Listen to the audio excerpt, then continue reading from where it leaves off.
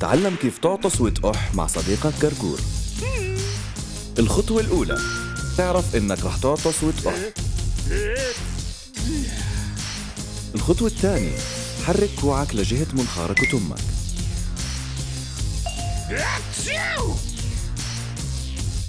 1 2 3. تذكر دايماً إنه تقح وتعطس جوا كوعك ومش جوا إيدك.